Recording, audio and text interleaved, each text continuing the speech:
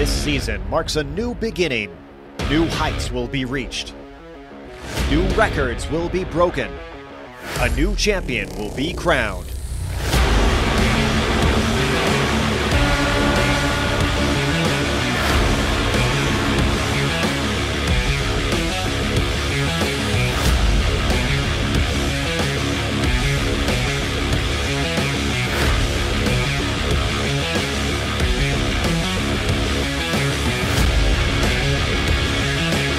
Competition, commitment, excitement.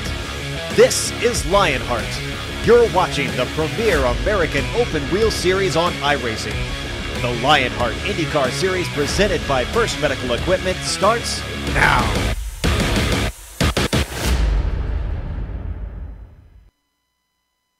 Presented by First Medical Equipment, the Lionheart IndyCar Series moves to Japan for the first of 2 rounds at the unique twin-ring Motegi facility.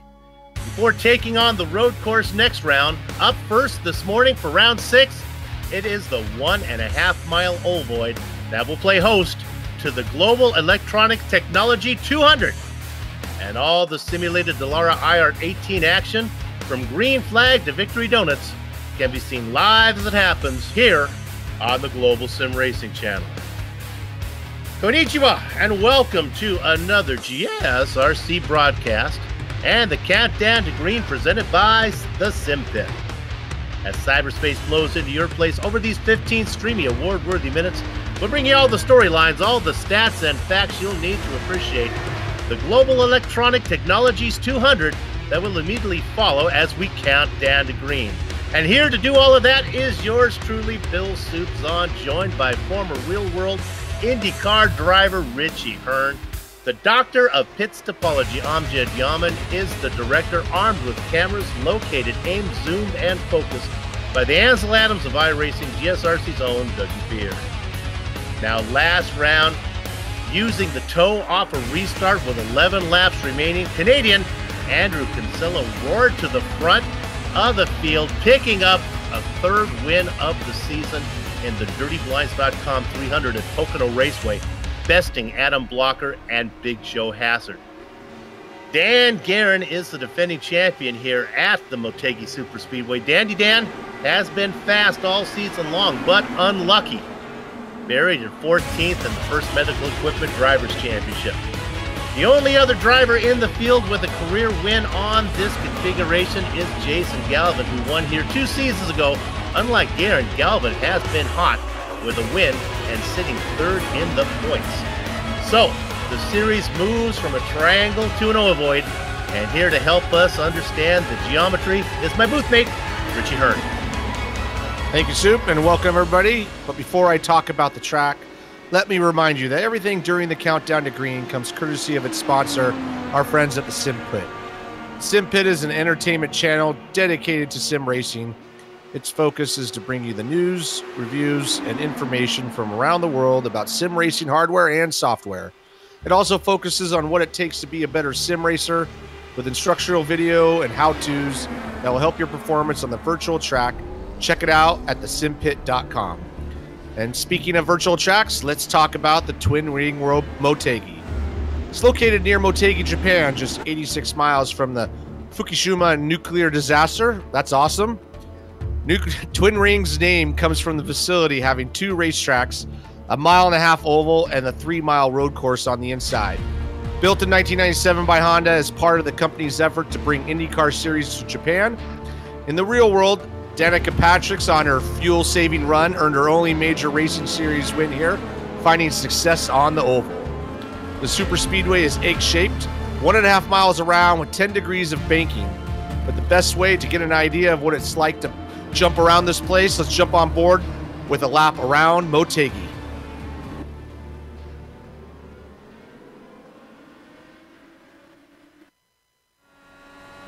Hello everyone and welcome to the Global Sim Racing channel. I'm Brian Yazek, taking you for a spin around the Twin Ring Motegi oval course in the GSRC IR18 IndyCar. So without further ado, here we go. Off the front stretch, heading off into turn 1. Twin Ring is shaped really oddly here. Turn 1 is very wide and sweeping, so you have to take a very unique approach down here into the corner. Mind the bump that's waiting for you in the middle of 1 and 2. Kind of drive it straight off of the corner and aim out towards the wall where the alternating Honda logos will really kind of mess with your visuals a little bit. Down here to turn 3, brake at about the 100 mark, grab 4th gear, and then pick up the throttle on the bottom as fast as you can to really build up that momentum and that speed off of turn 4 one more time. Down here in the front stretch again, eyeing up that turn 1. Take a real wide entry, scrub off some speed to try to let it rotate. Watch this bump right there, and then drive it straight off of the corner. Don't drive it too hard or that wall will be waiting for you with arms wide open. Once again, down here into turn 3, find the brake, find the marker, grab 4th gear, and then pick up the gas as soon as you can. Really hug that white line on the middle to the exit and swing it right out here to the fence. We're going to come across the line, and that is going to complete our track guide here around Twin Ring Motegi. I'm Brian Yazek. Enjoy the show. And there's a lap around the oval at Twin Ring Motegi. And you know, the drivers hope to do well in the Global Electronic Technology 200 so they can improve in the first medical equipment point standings. Let's take a look at those now. With the win at Pocono, Adrenaline's Andrew Kinsella increased his raw numbers point lead from 26 to 51. Losing ground but holding station in second is Brian Yazek racing for the new Loud Pedal Motorsports. Despite a no-show, Jason Galvin stays in third. The no-name driver's worst finish is 6th. And keep in mind, he has that no-show, so when the drop races are taken into account at the halfway point of the season, things are going to be even brighter for him. Galvin's teammate Big Joe Hazard has finished third in his last 2 runs. The Pocono result earns Big Joe a 6-point climb, and like Galvin, he too has a no-show.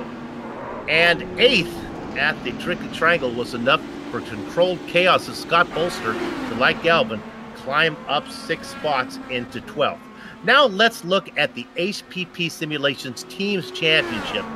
No Name Racing had a big day. Big Joe Hazard, Jason Galvin, and James Krahula earned 141 points to finish second best for the day. Unfortunately, for those hoping to overtake Adrenaline Motorsports, Andrew Havaketch, Kinsella, Adam Blocker, and Tony Schowen scored best for the day honors with 155 markers.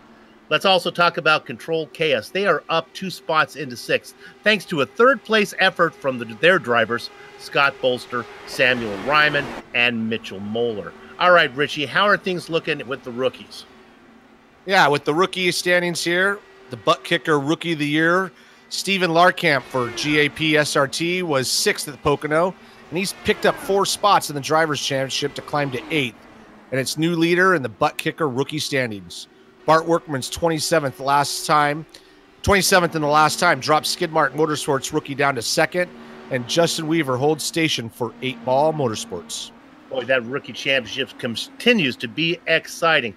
Hey, you know, considered the premier fixed setup racing league for the Dallara IR18 on the iRacing service, the Lionheart IndyCar Series honors the memory of the late Dan Weldon.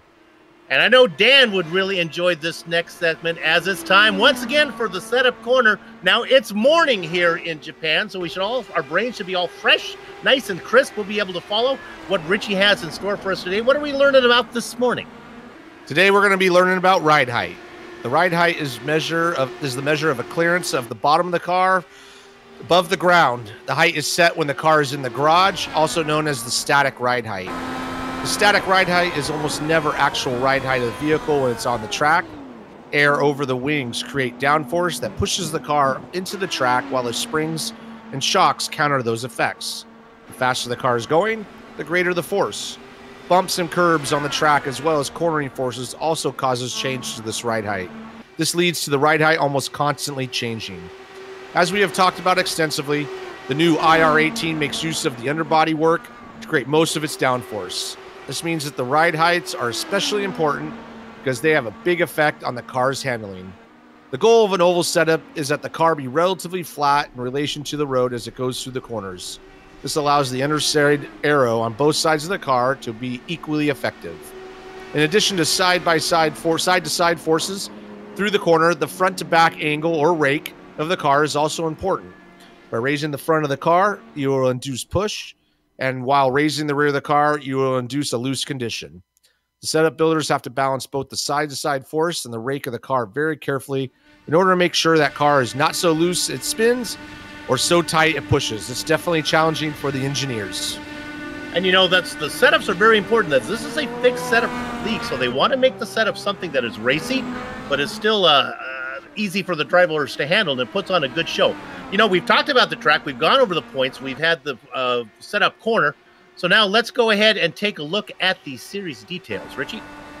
And these series details come to us thanks to the Sim Pit. We are in Season 6 of the Lionheart Series, and we're Round 6 of 24. They're allowing 3 drops. We are driving the new Dallara IR18. The setups are adjusted fixed, and we're working on a cash and prizes totaling $6,402. My goodness, that looks really nice. Like I said, it is morning. Let's go ahead before we talk about qualifying. Let's take a look at the weather. Richie, I know you did the practice race with these guys. Take a look at what we see up there on the screen. What do you think that's going to do to the racing today?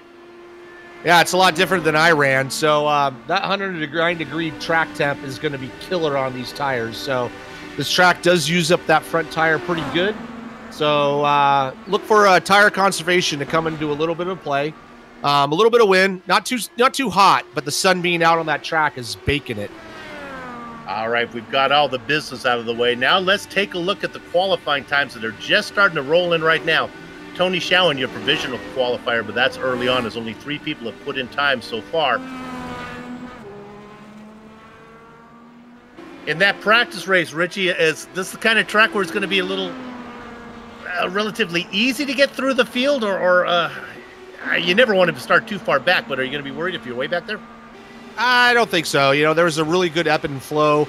We go through 3 and 4 like he's doing, coming up to right now. You got to actually downshift and brake, kind of like a road course. So, if you take care of those front tires, kind of hang tight, and you'll be able to move up front. And looking at these times, they're still running pretty fast. Those 26.7, it's pretty quick. A lot quicker than I qualified, so it's pretty impressive with these temps.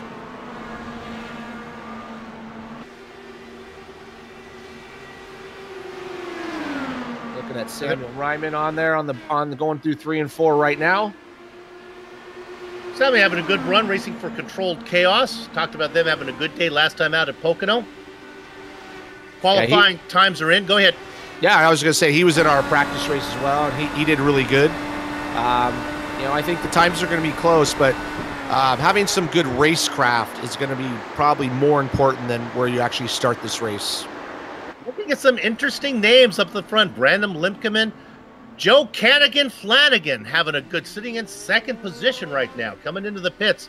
He's got both of his laps in. He's got to be happy with that.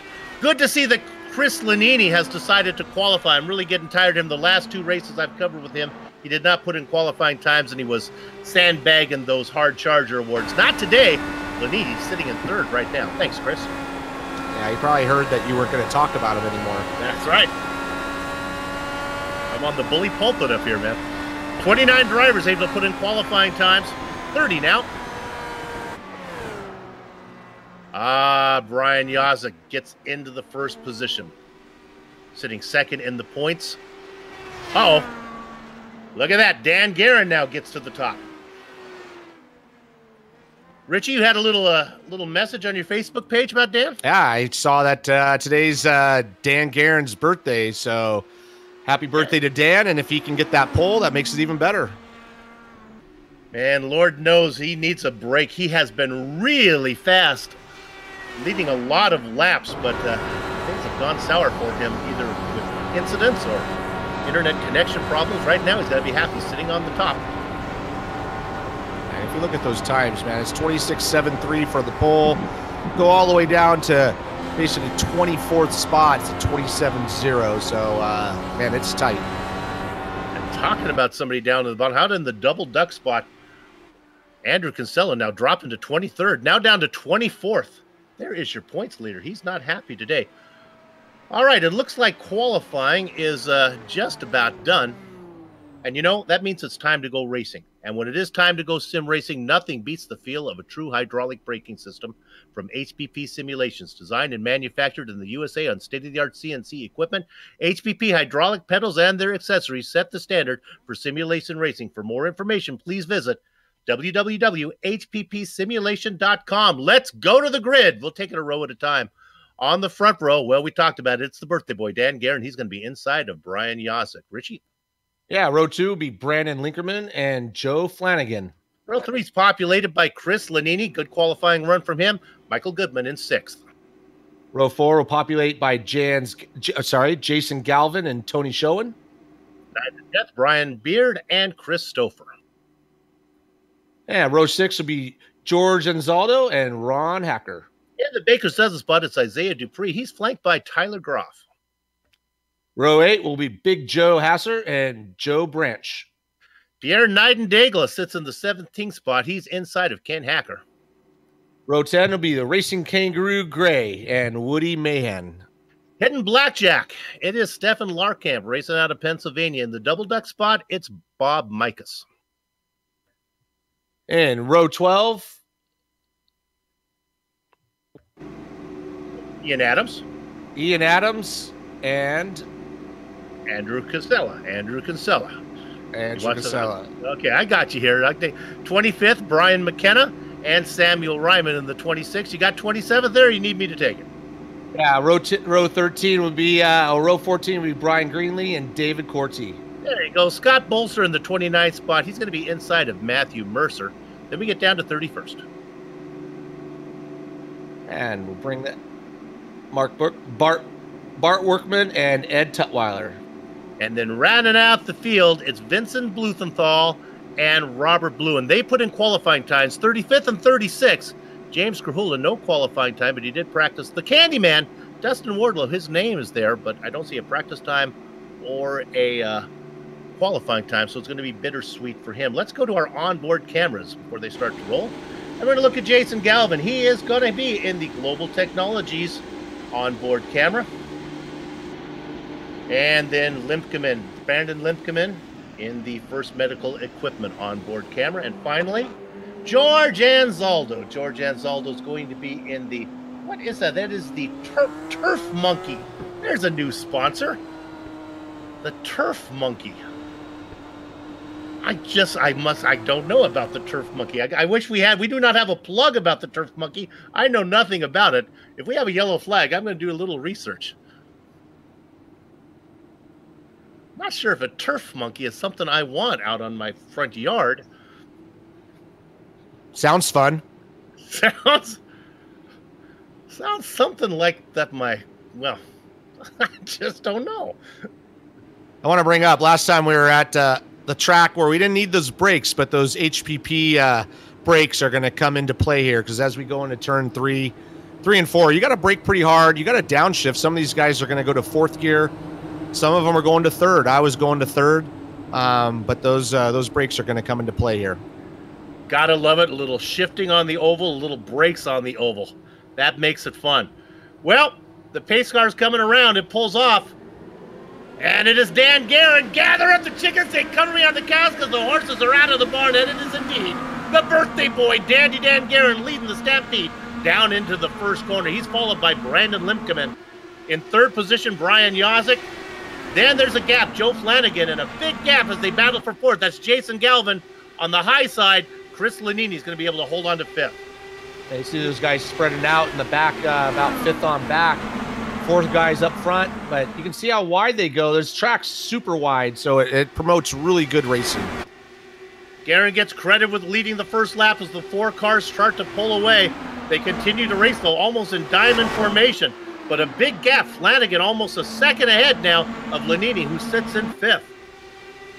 We got a little bit of a run on the outside here. And let's see how they go into turn 3 and 4. Like I say, it's kind of heavy braking. Come around, we ride on board with Joe Flanagan back in 4th position. Good to see Joe back in the series. He was here with us a few seasons ago, took a hiatus. Good to have him back racing well today.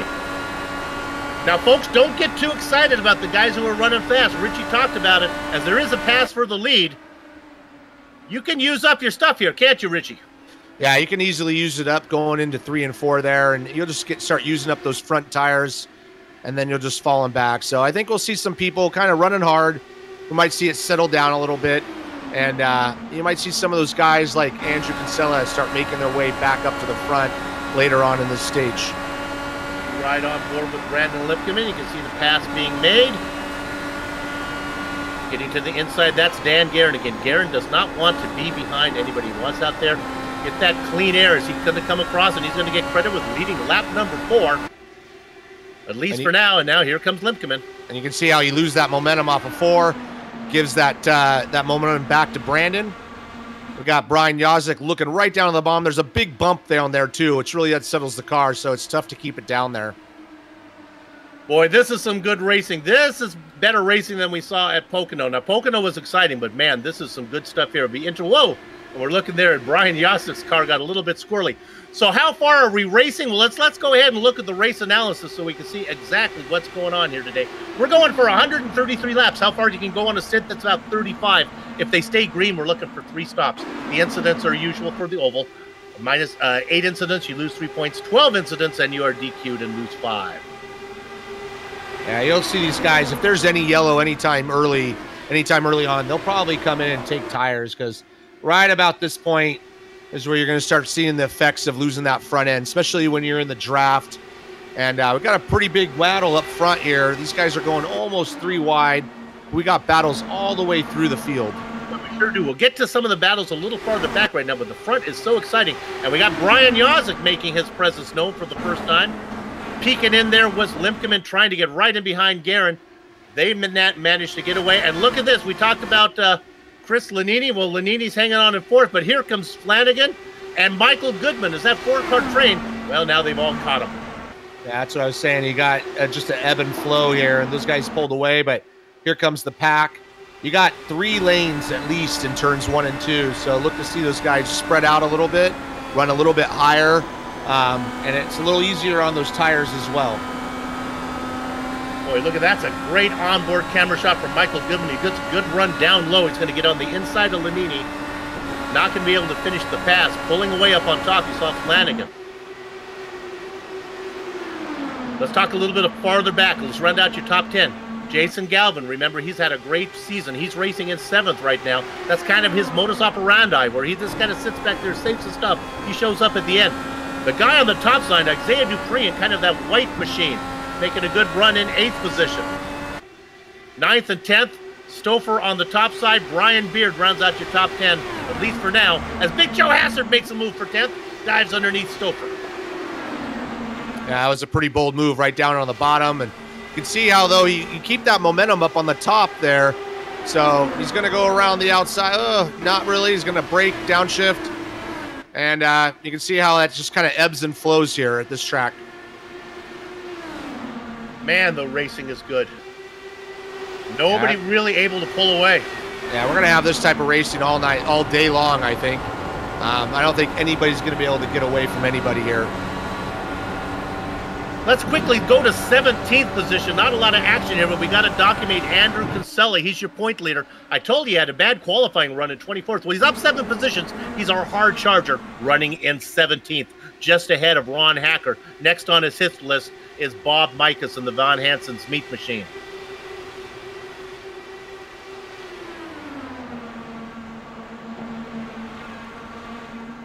Just watching a battle here with Chris Lanini and Big Joe, going side by side through 3 and 4. Can't quite make the pass, and he's just hanging on the outside here. Looks like he's got Chris Stouffer behind him as well. Chris Stouffer, yep, go ahead. No, you finish up. I was going to say, Chris Stouffer looking at that high line in 1 and 2, and you know, when I did the practice race here, I found that was the way to go later in the run, and you really keep that momentum up, and I made a lot of passes right around the outside there. You're looking at Stouffer way up in the very front. You can see Brian Yazik. Yazik's fastest lap time was a 27.1. He did that on lap 6, but ever since then, the lap time's beginning to slow down. 27.6 was his last time, as every lap gets almost just a tick slower. Yeah, I found that the tires are good for about 2 laps. And then you got to start making adjustments to how you're driving that car there. How's it feel on light fuel? Is that an issue as well? Boy, this is a great shot from our director as we were right on board with like the drone cam here. It didn't really change much on the light fuel. It really was based on how you were driving that front of that car in the 3 and 4. And you obviously got the push to pass as well and being prudent with that too.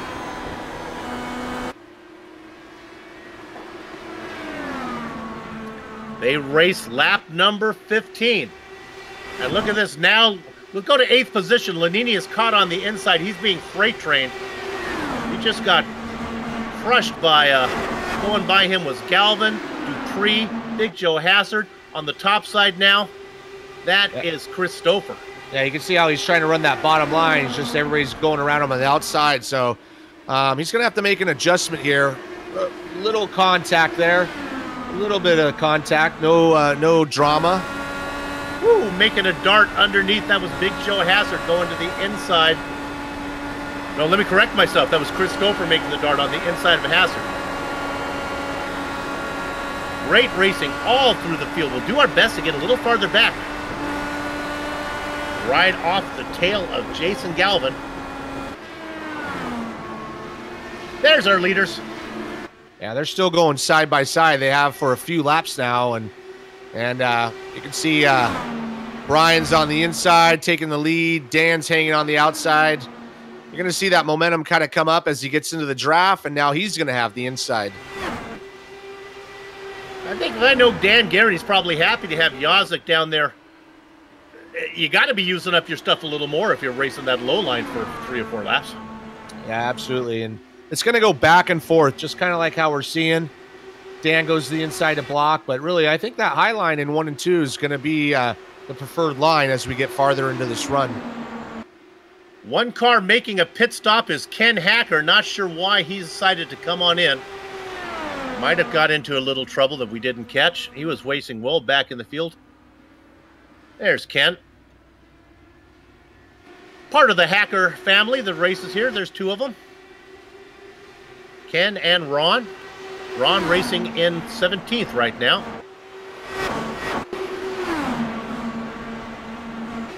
'17th was the position that was held by Have a Catch Kinsella. Where the heck is Kinsella now? Oh my goodness!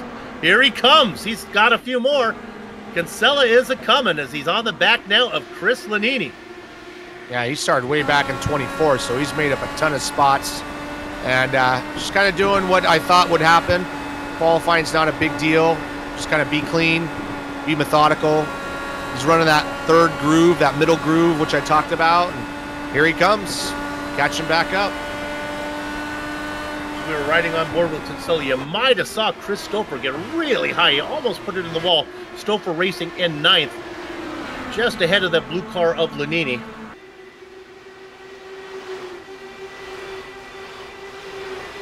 If we stay green for a while longer, we got a chance of getting some lap traffic here. I'm really surprised that these leaders are just continuing to stay side by side, but they've pulled about a 2nd gap on Brandon, so it's good for them. But, you know, I'm sure they're using up their tires, but it's going well for those 2 guys up front. Riding on board there as we look the pass being made on the inside.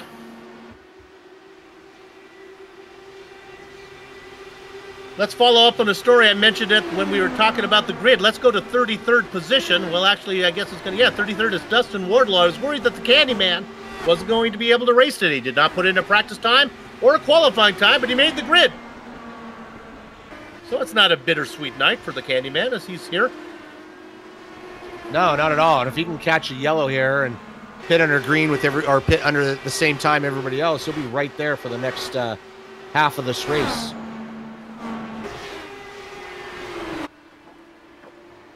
.34 cars still on the lead lap. We've lost 2, Dylan McKenna and Ken Hacker. The racing beginning to settle down a little bit. Although I don't think I could say that about Dan Hecker and Brian Yazik, who considered, or Dan Guerin and Brian Yazik, who considered to swap positions. No, they are just non-stop, side by side, back and forth, upper, lower. Great racing from these guys, wheel to wheel, giving each other a little bit of room. We got Andrew Kinsella's made up one more spot to 10th place, so he's making his move up to the front as well. Here we are on board with Dan Guerin, and that line he's running right there, that's the line I preferred. And you can just kind of get off that corner, shift up to 6th gear. Like I said, some guys were going to 4th gear for turn 3, some were going down to 3rd. I found 3rd to work better for me. Look at this. The top line is going to get credit. Dan Guerin going to get credit with leading that lap. With lap times of under 30 seconds, figure about 5 minutes, boys and girls, before we're going to have some green flag pit stops as we are working lap 27. Boy, that'll really shake stuff up early, and a nice green flag run for our very first stint. Knock on this imitation wood. Yeah, absolutely. It's credit to these guys having that many cars out there, no wrecks, giving each other room. So it's great racing so far. Brian now going to try the outside, turn 1 and 2. They begin to distance themselves now. They got about a second, almost a second and a half on Michael Goodman. Goodman making a good charge. Again, they run too wide up front. The blue car is Yazik. He's in that HPP, one of the main sponsors here of the Lionheart IndyCar Series. One thing I want to point out is go back to Andrew Kinsella. He's moved up to 9th now. But also Chris Lanini, he's dropped down to 10th. So, he's struggling a little bit with this traffic. He started 5th, down to 10th place. So see if he can regroup and get back up there in the top 5 like where he started. Well, he's trying to do the other thing to the commentator. He's not going to be a hard charger. He's going to be the big dropper is what he wants to do. I'm on to you, Chris.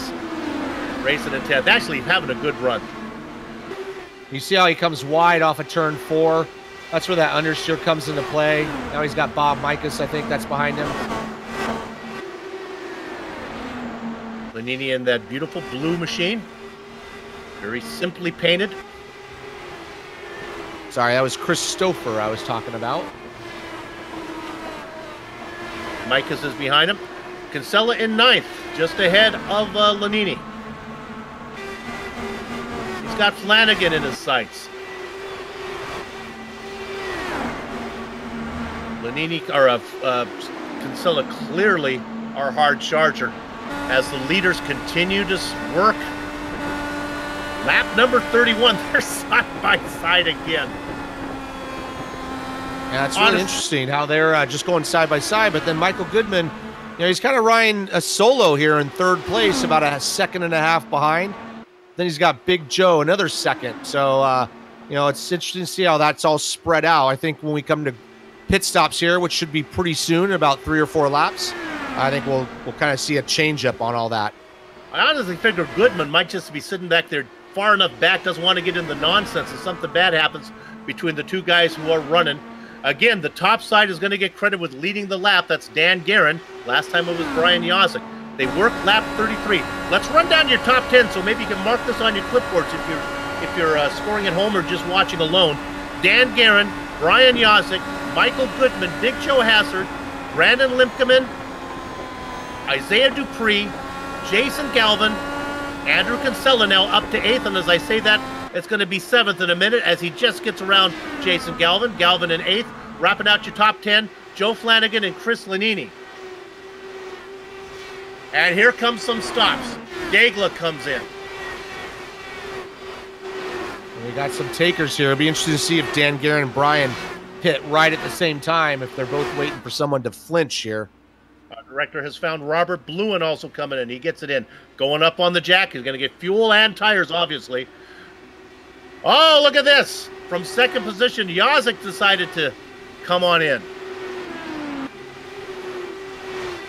We're going to look our director trying to find him right now. We might... Oh, there they're all coming in. I thought we were in slow motion, but there they are, all coming in. Yep. And here come Dan Guerin around turns 3 and 4. I hear him slowing down. He's going to come take the pit lane as well. Hitting your marks here is going to be key when we're doing these green flag stops. That's for sure. They're all coming in now. Looks like maybe George Anzaldo going to be the guy who's going to stay out. Now let's see if we can pick up Dan Guerin, as he is just finding his box. And where is Kinsella? Kinsella is just going into 3.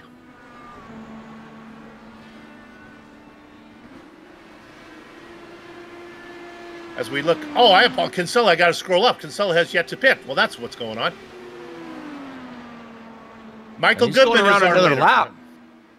Now, Kinsella's done a good job saving fuel, getting up front, so he's going another lap as well. Let's pick up Guerin now. Guerin is coming out of the pits, and there goes Brian Yosik right by him. So they basically match up just where they started. Dan Guerin's right on Yosik there, and they're just right back tagged together just where they were before the pit stops. Now Kinsella comes in. Everybody finally making that stop. Hey, let's give a little love to Samuel Ryman. He's our leader. The last guy to stop. Well, I guess a couple more. Bart Workman and James Grahula needed to come in as well. And Sam slowing down. Workman following him in as well. And Grahula. James is going to stay out. I'm not sure. Nope, James coming in also. So now order is restored, literally. Yeah, it's been an awesome race so far with these green flag stops. It's always fun to see that. Watching up front, man, we got these guys side by side. They will not stop running side by side. And, you know, maybe we'll see this right to the end. That'd be pretty awesome. Green flag pit stops could not separate these guys, as it continues to be Garrett and Yosik. But what has happened, if they've opened up 2.3 seconds now, it's back to Big Joe Hassard. Michael Goodman, remember, was racing in 3rd. Well, he's lost that spot to Hassard, so Hassard was able to have a good stop. Yeah, Big Joe was a little slower in the pits, but he was faster on the pit lane, so he got down, slowed down a little bit better than Michael Goodman, and that made up the difference on the track.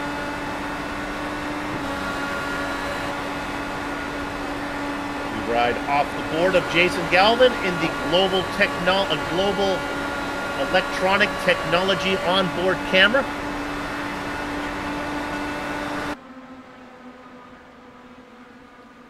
I would like to remind the drivers that we have sponsor plugs to get in, and all of our graphics are very large tonight, so we need yellow flags. We don't want to block the action when we talk about the wonderful sponsors that make this work. Pass for the lead. One thing I want to look at is, I'm looking down at the scoreboard here, and Andrew Kinsella is all the way down now to 34th, a lap down, and you know, he was our leader briefly, and so I don't know if he had a bad pit, obviously he had a bad pit stop or something, so it really kind of messed up his come to the front. Yeah, I was wondering what happened to Kinsella as well. It's real tricky to come off of that last corner and get slowed down, so you know, who knows what happens, but now he's a lap down, so he's going to need some help here. Well, if he actually, wants to have a chance to race, to win. I'm gonna take a guess, as I see he's made two stops. So that tells me that he had a speeding penalty. Yeah, that would definitely be it. So that's too bad. So it's not over for him. Got a long ways to go still, but he's going to definitely need some help with some yellow flags here. But what that does do with Kinsella out of the mix, that lets us open up, see if we can find ourselves a new hard charger. And it would be the man in 7th position. How about Ian Adams? He's qualified in 23rd, racing in 6th right now. Well, actually, it'd be 7th, as he's right behind Jason Galvin, about to lose a spot to Isaiah Dupree. Dupree on the inside, Adams on the high side. Adams falling back to 8th position, but look at the run he gets. And there's Lanini. There you go, right around the outside. It's a hell of a pack of cars we got racing. And it's pretty exciting. These guys are charging hard, trying to catch those two leaders who are now 2 seconds up on Big Joe. Yeah, this is a nice gap. It starts with Jason Galvin in 6th. You see him at the very left of your screen there. Then you got those two cars, Ian Adams in 7th, Lanini in the blue and yellow car. Bob Mikas in the Van Hansen meat machine, the red and white machine back there in 8th. He has nowhere to go as Lanini tucks down low inside of Adams. Might punch a big hole for the Von Hansen meat machine, but Bob Mikas again nowhere to go. He's being hounded though. Isaiah Dupree. But it doesn't stop there. Pierre Nightingale in 11th back in with Joe Branch working on the inside. Chris Stouffer in 13th. Joe Flanagan in 14th. These guys are spread out all over the track, looking for room, looking for clean air. This is great racing as we go into 3 and 4. Lots of opportunities to pass there, lots of different lines you can take. In the mix in 35th position, this is Dylan McKenna doing his very best to stay out of the way as the pinata full of bees tries to circulate underneath him. McKenna does a good job of keeping the car high, and they all get by. Dylan, nice job. Man, I have been there. The last thing you want to do when you're in 35th position is be a problem. Yeah, you definitely don't want to be a jam car out there. And unfortunately, sometimes if you take too much time to get out of their way, you cause another problem. So really, you just got to drive your line and just be predictable. That's what anybody asks for. Just be predictable. One of the things is I had to learn as a back marker where I notoriously would race is to learn to race not only the racing line that makes me go fastest, but the racing line that helps me get out of the way. Let's go to Dan Guerin real quick. He's coming up on the back of... Now here's Kinsella and Guerin. We've seen these guys race together a lot, but never when Kinsella is 2 laps down. I've been watching this battle a little bit, and Kinsella's racing really hard to stay in front so he doesn't go another lap down. And it's definitely spread the gap out, though. Now it's about 0.8 of a second back to Brian. So Dan Guerin's all alone out in the front. He's hopefully, I think he's getting a little bit of a benefit from the draft from Andrew there. In case you're new to the series, there is no lucky dog, but that doesn't mean Andrew Kinsella can't get these laps back. If you're fast enough and the yellow flags fall just right, you can get wave arounds and things can work out your way. So he's not out of the hunt yet. We still have a lot of laps left to go here. So we're working lap number 50 of 130, round number 6 of the Lionheart IndyCar Series here from Twin Rings Motegi. Your leader is Dan Guerin, trying to put a lap on our points leader, Andrew Kinsella, right now, who's racing in 34th, riding off the back to have a catch. There's Dan Guerin. Yeah, I'm sure he's licking his chops there right behind that points leader, looking to kind of kill him on this race and get some good points score for the championship here. Well, what's really interesting is you have our points leader, Kinsella, out in front. Then you have, but he's 2 laps down. Then you have Dan Guerin, who has maybe been the fastest driver all season long, but buried in 14th position. But then not far back in second is the man who's second in the points, Brian Yozik. So all the big names are right there. Yeah, Dan Guerin's, he's been up there, and he's just had some bad luck. You know, he was really fast at Pocono. I think he had a connection issue or something, and that just killed him there. So, you know, hopefully this being his birthday, you know, you can just kind of cruise along and take that win. I think that would be a nice touch, a well-deserved win. Let's go to 8th position. This is really heating up. Bob Mikas just made a pass on Ian Adams, but he'd lost all of his momentum. Now Adams has a chance to get down underneath him. Not going to happen. These guys continue to race really close. The third car in line is Isaiah Dupree, and then the yellow car is Pierre Nightingale. Is it yellow? Car number 14? All right, it is yellow. And you can see on that previous onboard shot how that momentum through 3 and 4 really gave an advantage to the car we were riding with, and then it just kind of manifests itself over into 1 and 2. That is Chris Stouffer below the yellow car of Daigle. Oh, Stouffer really loose. He has to back out of it. Woo-hoo-hoo. Yeah, he got right up there into the side, and he had to get off of it. Now he's going to lose a ton of momentum going down the front stretch here. Let's stay on this battle. This really starts in 11th position with Daigle. Branch is back there. The car in the middle is Stouffer. Flanagan. The last car, Woody Mahan. Not talk much about Woody. He's up 5 spots.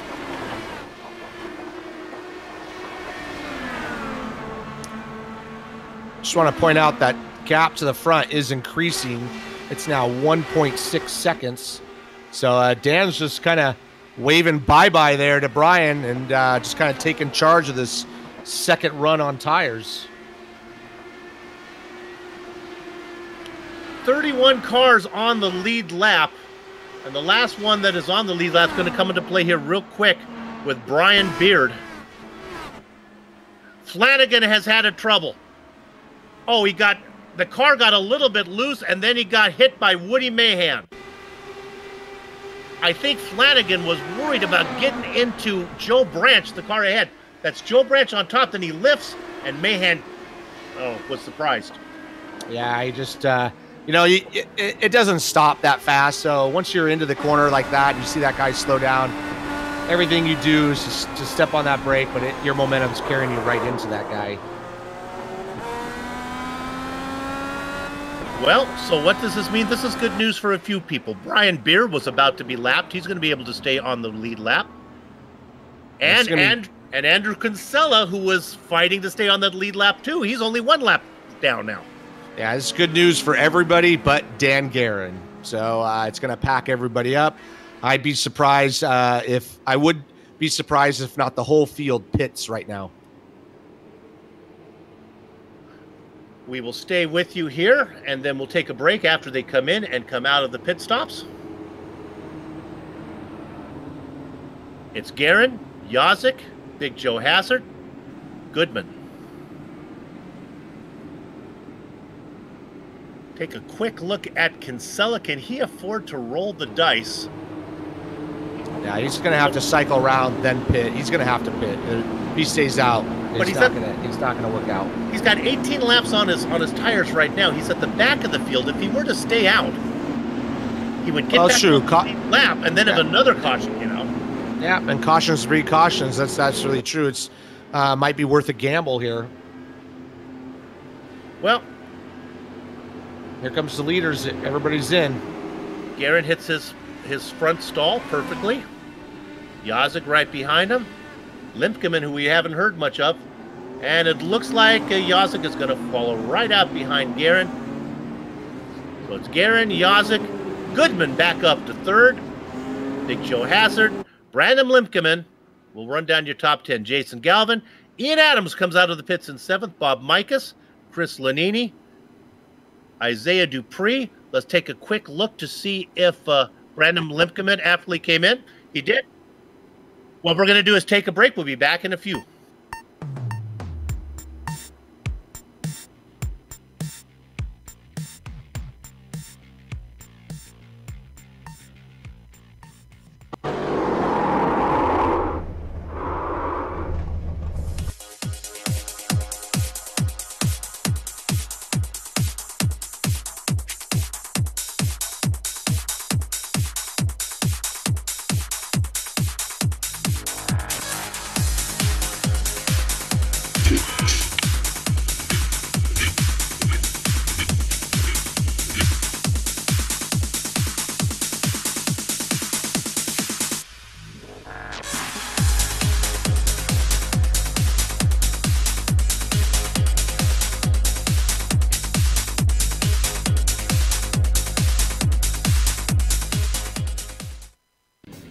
The SimPit is an entertainment channel dedicated to the world of simulated motorsports. The SimPit is a leader in providing the sim racing community with news, reviews, interviews, DIY pieces, and instructional videos to make sim racing a better experience for all.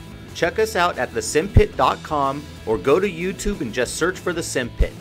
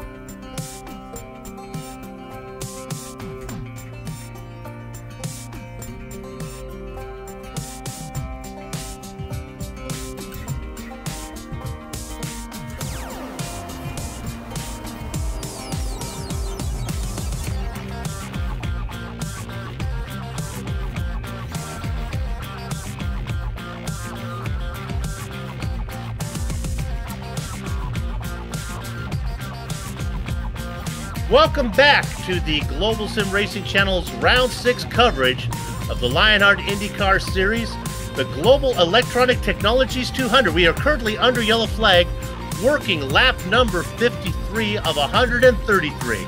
You know, Global Electronic Technologies is the fastest name in credit card processing. It specializes in e-commerce and point-of-sale processing with hard-to-beat rates. To find out how Global Electronic Technologies can make your business operate more effectively, contact Jason Galvin or go online to www.gettrx.com.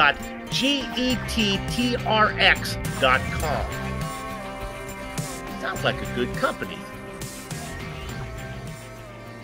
My pizza guy comes now. When I order a pizza, he comes with a little magical thing, and I can charge my pizza. It's wonderful. Nothing better than being able to charge your pizza. Well, get ready to go green here. Now, what has happened? Dan Guerin, Brian Yosick, Michael Goodman are your front three. But Andrew Kinsella has decided to stay out. He can only stay out for about another, maybe dozen laps. Guerin gets the nod, and he's going to lead him down into the first corner. Yeah, these single file restarts, you can see them all snaking around trying to pick up that draft. And yeah, definitely Andrew really is hoping for a yellow flag within the next 10 laps. And then he'll be right back in this game. 34 cars on the lead lap. And really, we talked about it. This is really like pushing all your chips in when you don't have the best hand right now. He needs to get a good card on the river here. Because if the yellow doesn't come, he's not only going to be 1 lap down, he'll be 3 laps down.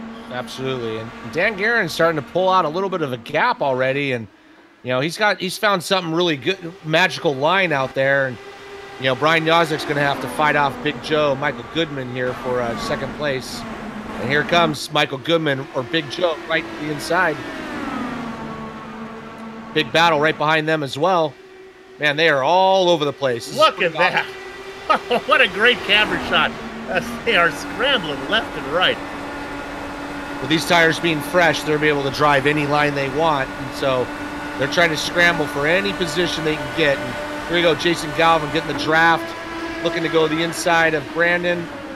Looks like he's got it, but there they go. There's that momentum right on the outside. And looks like Jason's going to just complete that pass here. Very nicely done. Brandon now, yep. On board with the first medical onboard camera. You see how he kind of sticks his nose out about half a car length, and that just keeps some clean air, at least on part of the car. Allows you to stay flat out right through that corner. Ian Adams looking to join that group. He's right behind them. Great battle here. Really, really is. Oh, I thought Ian was going to try to go 3 wide for a second. And while this is going on, I don't want to make this ho-hum be cavalier about it, but there's a pass for the lead. Brian Yosick gets it over Dan Guerin. Yeah, he's caught back up. Here comes Dan around the outside. He's kind of brought along Big Joe with him, too. So instead of a 2-car battle for the front, we got a 3-car battle. Yeah, really, Richie, I think that's the story. Not who's leading, but who can stay with him. If Hassard or Goodman or Limpkeman, these guys are all fast, whether they can stay with those front two. So far, that hasn't been the case. Let's go back to 6th but 5th position. This is Galvin trying to get underneath Limpkeman. Oh, my, it doesn't work, and then he loses all of his momentum. That opens the door for Ian Adams. Very tight fit right in there as well. So once again, it's just kind of ebb and flow. You know, you think you have the pass, then you have to lift a little bit, and then here comes, you know, a couple other guys around you. Adams continues to have a great race. Started in 23rd position. Yeah, he started 23rd, running 7th, and Bob Mikas right behind him started 22nd, and he's now running 8th. So great run for both those guys. Well, that's exactly what you talked about, though. Not to get too worried about where you qualify this track. There's opportunities for you to move up. The one person that's worried, though, is Andrew Kinsella. He needs a yellow flag pretty soon here. Otherwise, his race is pretty much done. Yes. And the way that this race is going, it does not seem like it seems like these drivers feel pretty comfortable. The setup seems really nice for them. They seem to be able to race without getting into trouble. Yeah, when I ran this race on Monday, and they ran another practice race last night too, so these guys are well versed on how to drive this track. So, but that setup was pretty neutral. You know, it didn't do anything too bad, and allowed you to be pretty racy without getting too crazy out there. Continue to look at this battle. Who are we looking at? We're looking at Eden Adams there. Adams really having a good run.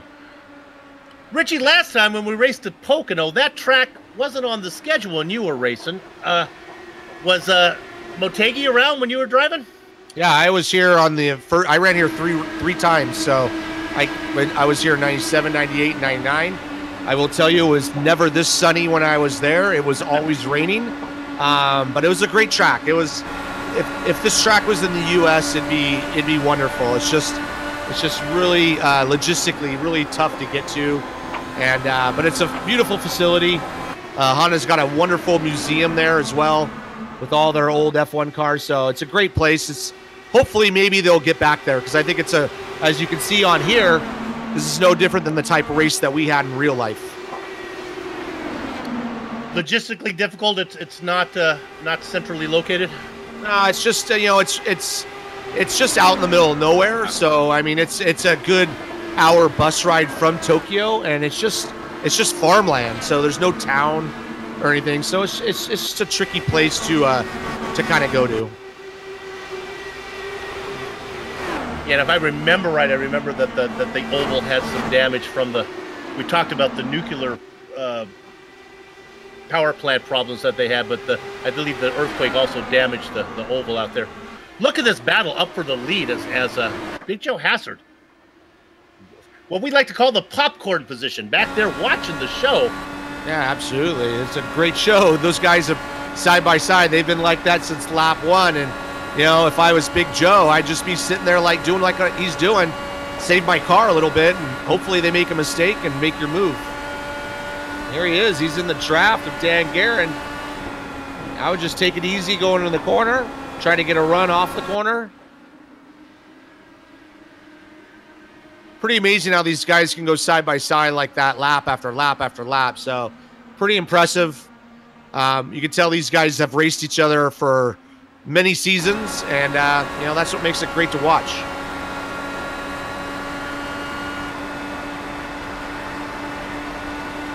Watch it at the back there. Looks like Big Joe is looking to maybe make it 3 wide. He's right there. He's chomping at the bits, and you know, I think he sees leading this race at his point. What he's doing right there, this is what I would do. I would try to run that high line, try to go right around the outside of those guys, get the draft, and then maybe take it right on down the middle like he's about to.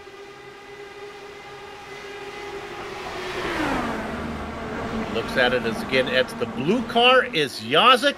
On the top side is Guerin. They have been doing this basically for 77 laps. Sometimes it's the blue car down low. Sometimes it's what color is that one? Is that green? Dan Guerin in the green machine there. Yep, the green and black. Yeah. And you can see what's happening behind them too. Oh, here he comes down to the bottom side. Oh, there he goes.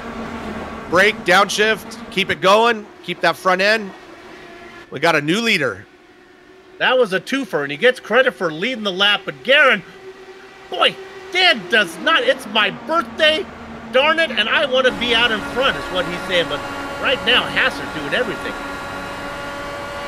That was a double scoop there. Absolutely. I think he's been smart, too. You know, he's probably got pretty good front tires, as you can see. Carries that momentum into turn 1.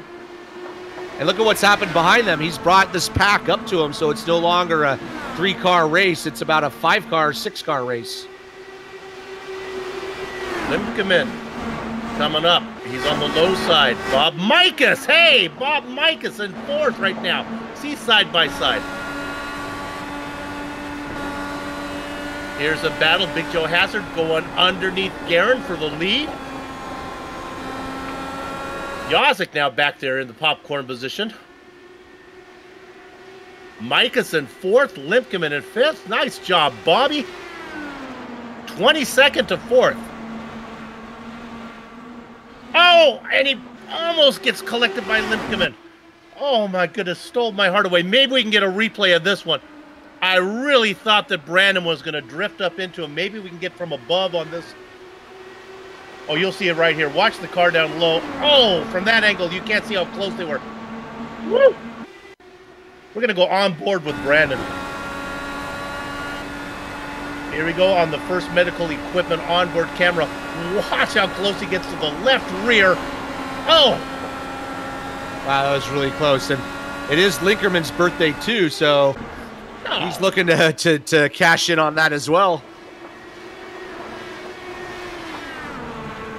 Boy, Guerin almost gets it in the wall. They are really starting to race. Big Joe Hassard out in front. Dan Guerin on his birthday in 2nd. Brian Yazik in 3rd. Bob Mikas in 4th. Another birthday boy, Brandon Limpkeman in 5th. Do want to point out is it looks like Andrew Kinsella has pitted, and now he's back a lap down, unfortunately. Yeah, all things considered, still being a lap down is not as horrible as I feared it might be. No, I thought he would lose more than that, but we're running out of time here for him. Yep. 47 laps to go. And Brian Yazik now drops back into 5th position as Limpkeman gets around him, and Bob Mikas up into 3rd. Got Dan Guerin trying to take that lead back. It is his birthday. He wants it back. And, yeah, Brian, I don't know if he used up his tires, but he's kind of stuck back there racing hard with those guys, and he's losing touch with the leaders a little bit. Full disclosure, it was my birthday 2 years ago, as I am happy to talk about Bob Mikas and the Von Hansen Meat Machine, and, of course, the Candyman for Dustin Wardlow with the worst candy. Just mention it.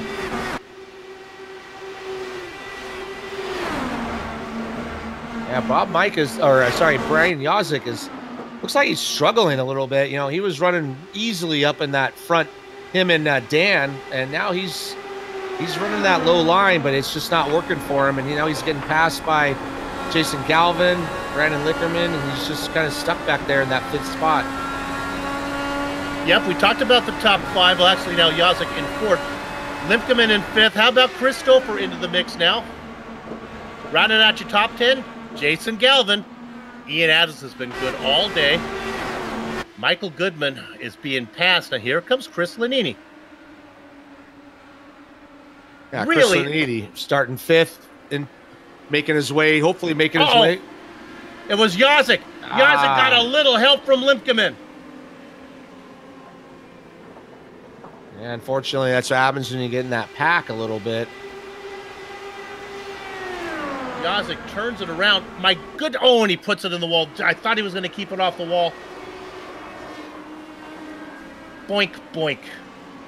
Yeah, very light touch, but looks like the wings are still intact, so he might be okay as long as his steering is going straight.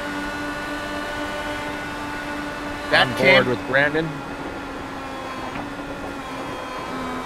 Just got in the back of him, and you know, I think Brian was struggling a little bit with that mid-corner speed. You can see him dropping back, and maybe caught Brandon just a little bit off guard. Well, that was the yellow flag that Kinsella needed, but he needed it 16 laps ago. This is going to play out good for everybody else now, but Kinsella can roll the dice one more time. I guess he can do it again. Just we're running out of... Yeah, but you know what? I mean, he's first. He can get around, and it hasn't been that long since he pitted. So, you know, he can try again. You know, I'm surprised we didn't have a yellow. As we get closer to the end, you're going to see these guys racing harder. So, you know, he's still in it. What's interesting is this pit stop comes with 42 to go. All right. They say you can go 35. I always add about 3 or 4 laps on there. That gets you to 39. Yeah, Can you go 42 laps on the yellow? Can you get there? Maybe. Yeah, I think they might be able to do that if you're smart. and I was running 5th through 10th, I'd be lifting, and just hope it goes green the whole way, and you can, have some for the end. What? And look at this. Von Hansen's meat machine of Bob Mikus comes out in P2.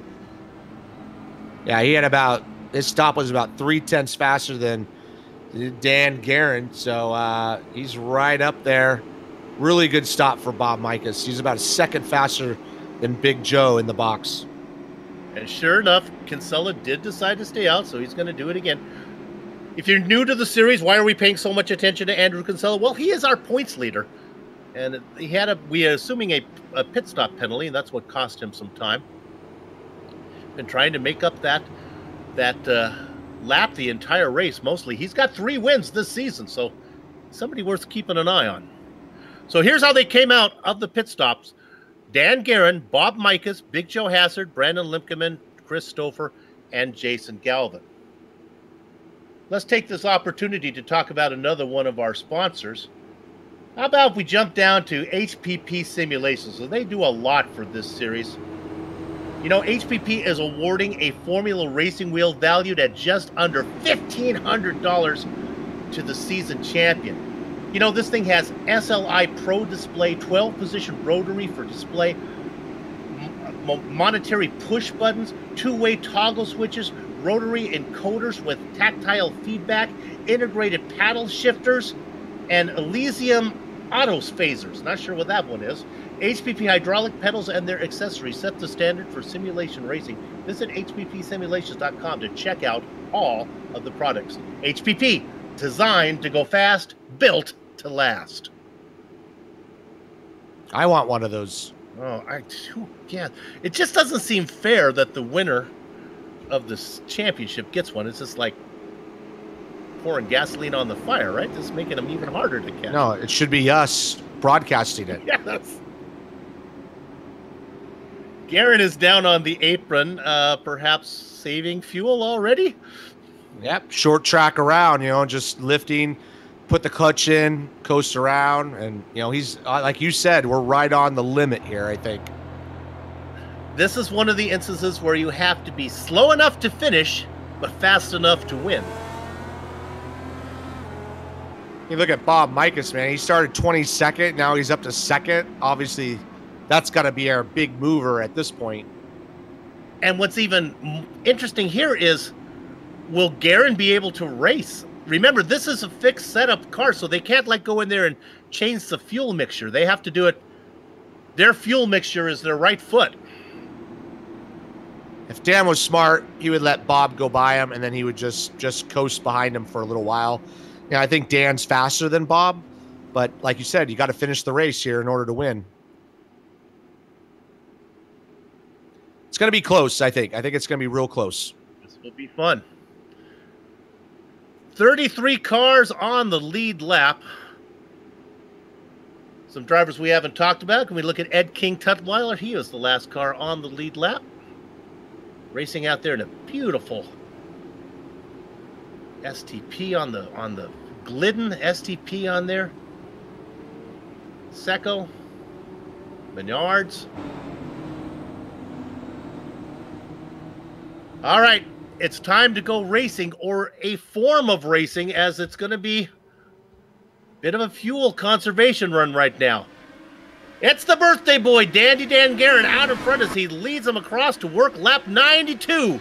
He's followed by Bob Mikus, Big Joe Hassard, Brandon Limkeman, Chris Stouffer, Jason Galvin. There's a name that is conspicuous by its absence here. Ian Adams. Where the heck is Brian Yazik? Yeah, he's back in 28th spot right now, so I'm going to watch him a little bit. I'm going to look for him to start making some moves because he was definitely fast. He topped off. He took an extra stop, I think, while we weren't paying attention. Smart crew there.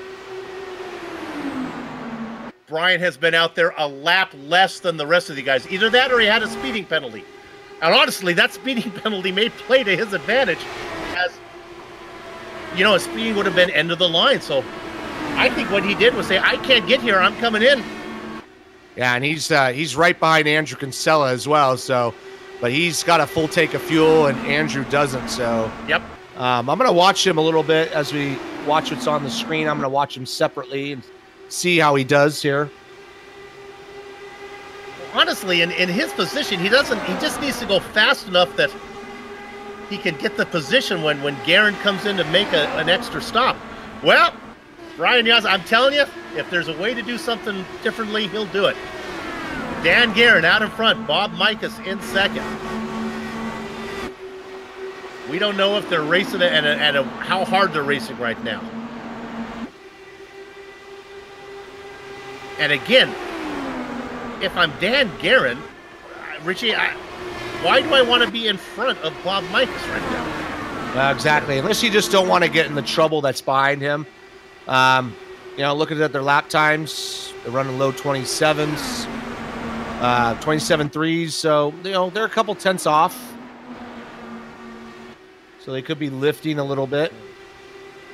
Here's what else that does for Yosik back there. If a yellow were to come out, with Yosik with that extra lap, he could gamble and stay out while the other guys might want to come in.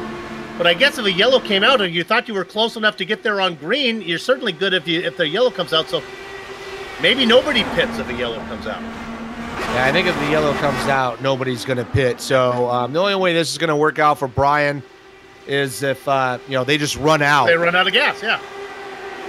Well, you got to figure that Dan Guerin out in front must be feeling pretty confident. There are 34 laps of green flag racing to go. And he's been fast. He's been the fastest guy all day, so he's probably feeling pretty good. I don't know what his fuel numbers are showing, but he's probably feeling pretty good right now. And of course, there are so many software programs now that'll let the driver know if they can get there or not. Yeah, it kind of takes the thought process out. It's just recalculating as you go, and really makes it easy for you. I don't have that personally, so I have to try to do the math in my head, which usually doesn't work out.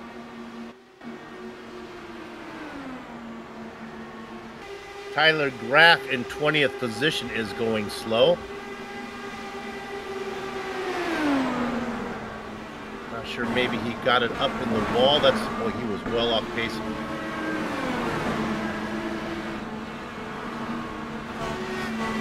One thing that's interesting too is, Michael Goodman was right in our top 3 for a while. Same with Big Joe, and now they're running 4th and 7th respectively. So, not a good pit stop for those guys. And we'll see if they can make themselves up. Really impressed with Bob Mikas, though, making his way all the way up 20 spots here.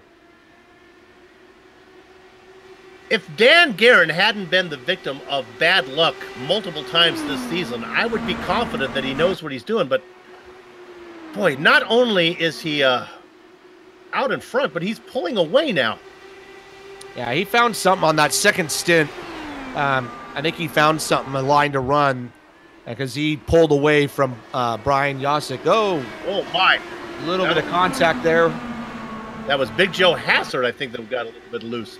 Yeah, let's take a look at this. It was Hassard got in. Oh, Brandon Limpkeman again. Boy, he's been involved in a couple of issues. Right on board with Big Joe. It's Limpkeman on the outside. Yeah, Big Joe just kind of washed up, and Linkerman was there. No harm, no foul. They keep going here. You see, there you go. Let's go ahead. This is our spotlighted driver as we go to Brandon Limpkeman now. Brandon, nice and it's Vincent Blumenthal. Nice for Vincent Blumenthal to be racing along. Sometimes we do these and they crash out and we don't have time to get to them. But let's look at Vincent Blumenthal. How's he doing today? We can see what he's done. His career starts 92, getting close to that magical 100 mark.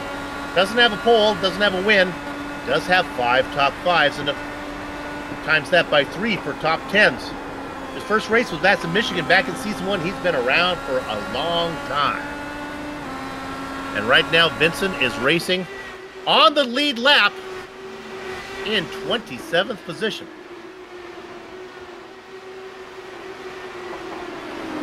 And the beautiful Pennzoil machine. Nice job for Vincent Blumenthal. Let's go back and talk about Dan Guerin again as he continues just to distance himself. I've been doing this a while. If I didn't know better, I would say that Dan has maybe decided that he can't go the distance. Whenever I see a driver do this, it's like, no reason to save. If I can't get there, I will just race for all I'm worth. I'm going to go ahead and say I think these guys know that they can make the distance. It was close anyways, and then with that yellow flag, Got it. I think they're going to be right on the money. But everybody's in the same boat except for basically Brian Yazik. But I think they're good. Well, let's check in on Brian Yazik, who took that extra stop. We're not sure if he's worked his way through a lot of drivers now up into 23rd. First of all, Brian's going to be faster than the guys he's racing with. And no offense to Brian Beard or James Grahula or Dustin Wardlow, but Yazik's been racing up front the whole time. But as I say this, Brian Beard says, "Soup, I'm going to pass Yazik."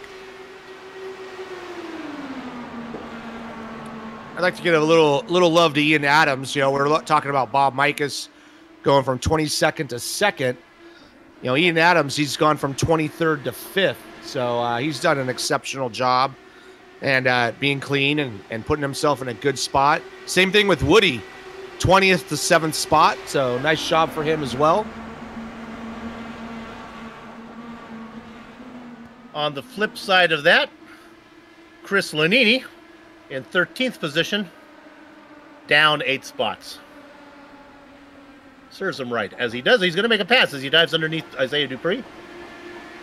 Yeah, I don't know what happened to Chris there. He started really well and just didn't do well in the traffic there most of the race. A nice side-by-side battle on the inside with Isaiah Dupree. What a clean race we've had. Round 6, the Lionheart IndyCar Series, here from Motegi on the egg-shaped oval. Yeah, very good. And Dan Guerin's basically just leaving the pack behind him, so he's about a second and a half ahead of Bob Mikas, who's about 0.2 of a second ahead of Jason Galvin. But good for Dan. He's had some bad luck, so hopefully he is good on fuel. I'm just saying, I think he is, but I'm not in the car with him, so I don't know for sure. Well, none of these drivers, Mikas, you talked about Galvin, Limpkeman, really have been able to run up front with Guerin. It's been Guerin and Yazik with a little bit maybe of Big Joe Hazard. Uh-oh. Looking at Mahan. Oh, we have some guys pitting. Oh, boy. So I'm not sure where they pitted last time, but if they pitted on the last yellow, this is not good for the leaders. As they came in now, my timing and scoring refreshes, so I can't get a real check to see when they were in last. Well, yes, I can. It's been a while. They were out there for 22. Oh, they were on the exact same strategy as everybody else. So they're probably projecting that they're not going to make it. We'll take the pit stop now. Interesting to see what Dan's got. I might be completely wrong, and you might be completely right there, Soup. You might have thought, what, screw it. I'm going to run out. I'm just going to go. Now look at this battle for P2. Oh, my, it's really close. There is Jason Galvin on the inside of Bob Mikas. Galvin continues to have great results if he can bring it home. Yeah, a lot of these guys are pitting here, so we'll see what happens with Dan. I hope his bad luck doesn't come back again here on his birthday. What they have done is they've taken the amount of laps that were left and just cut it in half, I think. They're all pitting right at the halfway mark to get the most out of their tires. They had about 42 to go. They're coming with 25, I guess. Not sure why you would want to come in now. I don't see the advantage of coming in before the yellow that could come out. Yeah, well, I mean, the history of this race, there hasn't been a lot of yellows, so the only advantage is you only need to have to take a fuel, short pit stop, and fast on new tires as well. Here comes Adams. Well, now if I'm Dan Guerin, I'm staying out until my tank is dry. Yeah, you can go either way. You can either go and hope for the best, hope that there's a yellow flag, or he's been the fastest car, so if he can come in he needs less fuel than those guys now, and he can come in and get back out right in front of them. Showen comes in. They're all coming in. Keep in mind, Brian Yazik did that little splash. And that could be why Yazik is so slow right now. We can go to Yazik in 18th position. He is getting crushed. Kinsella goes around him. These are guys that he should be racing with. Yeah, Kinsella is a lap down, but the point is, Dupree goes around him. I think Yazik is lifted. I think Garen's in the pits. We'll see how he comes out here. So, you know, I guess it was Bob Mikas who was in second, and see how he comes out in front with him relative to him on the track. Galvin and Limkeman stay out. And Dan's going to need less fuel here, so he's going to have a shorter pit stop. And he's fast on the track, too. He took no tires. Car did not come up. Fuel only. Yeah, longer than it should have been. He should have taken tires. He's been there for a while. Could he have sped? Could the bad luck have hit Dan Garen again? Yeah, absolutely. I think I think he messed up there. Oh, it's talk about snake bit. So he comes So basically, out. Go ahead. Bob Mikas should be our leader as we cycle around here. Guys who've stayed out, Galvin, Limkeman, and again, I see no reason to come in for another 5 laps for these guys, maybe 6 or 7 laps with 12 to go. It's Galvin, Limkeman, Stouffer. These guys are all running it long. Goodman, Lanini. Oh, yellow flag. Yellow flag. It's Daigle. Oh, Daigle boy. gets in. Oh, my. Daigle gets into it with Bob Mikas. Ian Adams. Daigle gets into Adams. Adam goes around, and the Von Hansen meat machine catches him as he goes by. It's behind there. Yeah, he gets away. Let's go with Mikas and Adams. That is just too bad for Bob there. He was in the spot right there to win this race. It was Ian Adams that got sideways, and poor Bob Mikas had nowhere to go. The yellow comes out, and again, this is horrible news for the guys who have stopped. I think this is great news for the guys who stayed out. Great news for the guys who stayed out, including Brian Yazik, who's made himself all the way up to 12th spot. I think this will be good for Andrew as well. He should be able to get his lap back. I don't know if he can make it to the end. So here's what's up. Working on 32-lap stint, and remember, some of that was under yellow. Galvin, Limkeman, Stouffer, Goodman, Lanini, and Zaldo. It goes all the way down. I don't want to do all the names. It goes all the way down to Tyler Groff in 17th position. Yazik is on 1 lap less. He is in 12th position. And then you get the drivers who had to make that pit stop. Yeah, unfortunately, it would have been Bob Mikas' first car lap down. He would have been in the really good catbird seat, but I'm looking at his car, and he's missing the right front wing plate on his front wing, so he's kind of stuck with what he's got. I think we're looking at guys like Ron Hacker and those guys. Now, coming in, Galvin has decided he can't make it. Galvin, Stouffer, Goodman, they've all come in, but that's okay still for them because they're still going to be in front of Garen. Yeah, they're gonna come out. They can take tires. They're gonna come out in front of Garen, and Garen's got his work cut up for him. He had that bad pit stop. You know, he's a lap down. He should be able to hopefully cycle around, but he's gonna be way back in the pack. Limkeman and Anzaldo are staying out. They are on, as is Stephen Larkamp, Bart Workman, and Brian Beard. They are on 33-lap stint. They have 9 laps to go.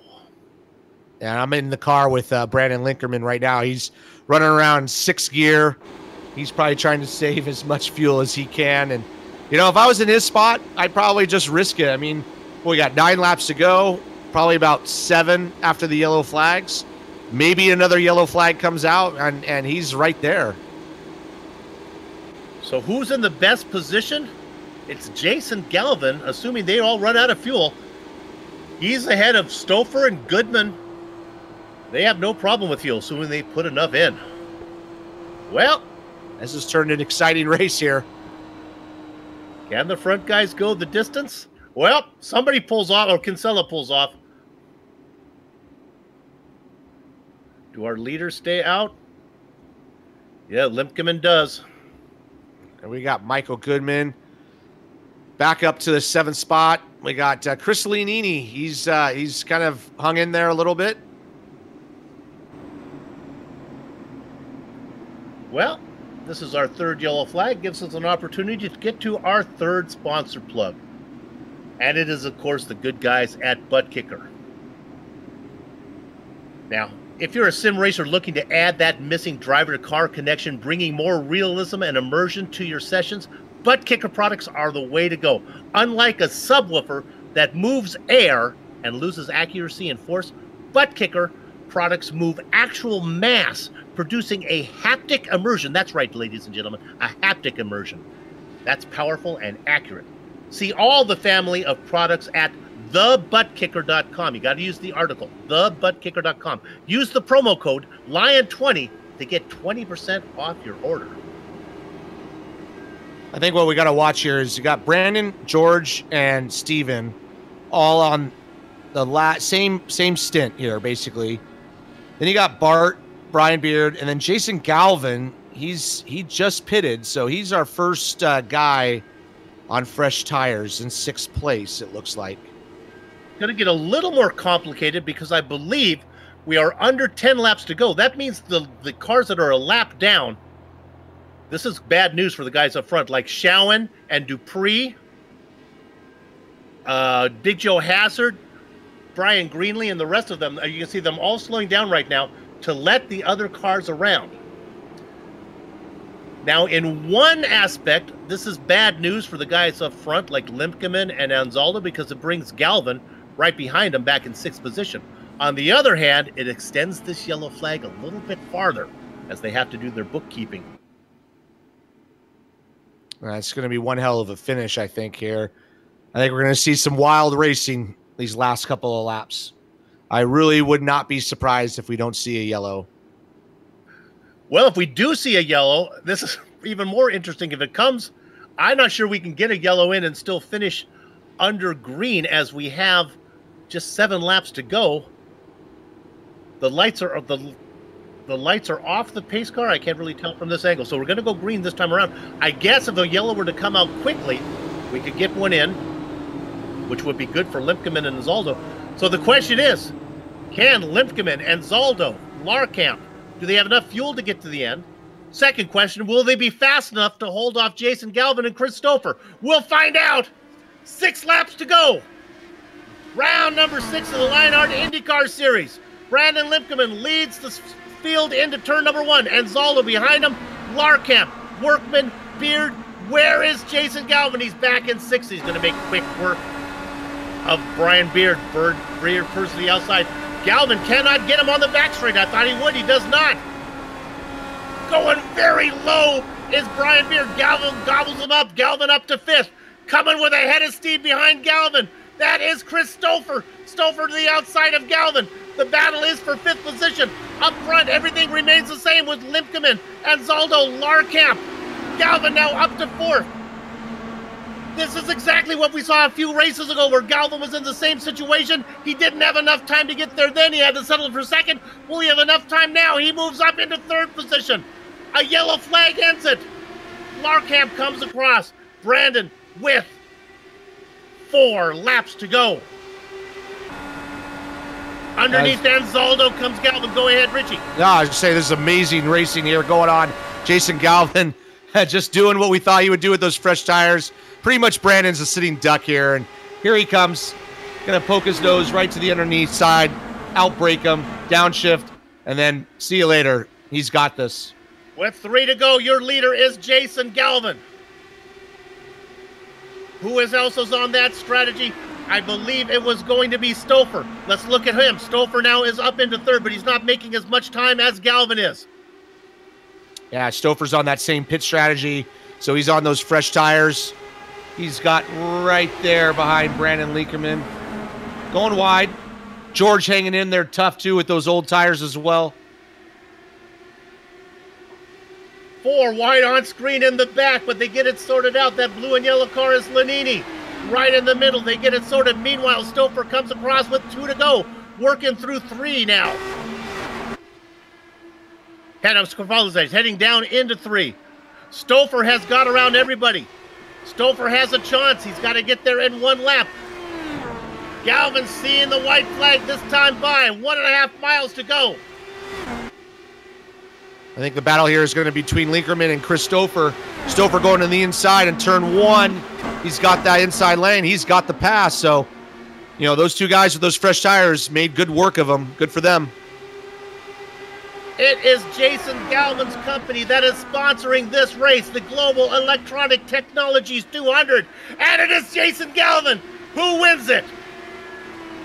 Second place is going to belong to, is it Stouffer or Branch? Oh, look at the big mess behind. As cars are flying everywhere. Stouffer gets second. Third for Branch, and we're going to get a replay on this octopus. Put it on socks at the end of this race. Oh my goodness, a car goes up. Oh, Two-dimensional fans, you got to duck. The car lands in pit lane. Holy moly. We're going to see if we can figure out. We're going to go on board with Krahula. Oh, and Michael Gray is still barrel rolling down the track. Look at James Krahula. Oh, that was amazing. Like A.J. Foyt on the last lap of the 1967 Indy 500, working his way through the final lap carnage. Yeah, that was an amazing finish. Really good race for these guys. Just everybody trying to get whatever they can here. And, good race. Good finish. Lipkeman and Anzaldo, they stayed out. They come home in 4th and 5th, so it pays off for them. The racing is over here at Motegi, but our broadcast is far from done. What we're going to do right now is take a short break, but don't go far. We'll be back to run down the entire finishing order, talk to some of the drivers before we put a lock on the gate as we come back for the wrap-up show, the Global Electronic Technologies 200 Plasma Tracks Victory Lane post-race show. Back in a few.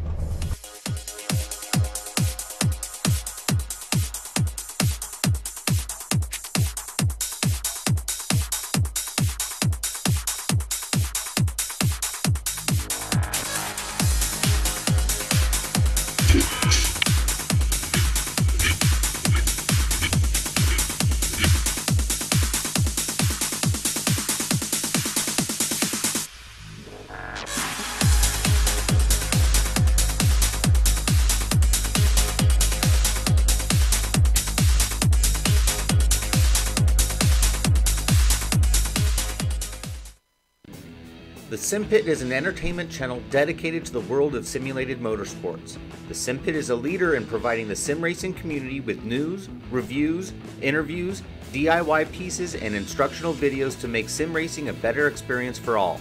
Check us out at thesimpit.com or go to YouTube and just search for the SimPit.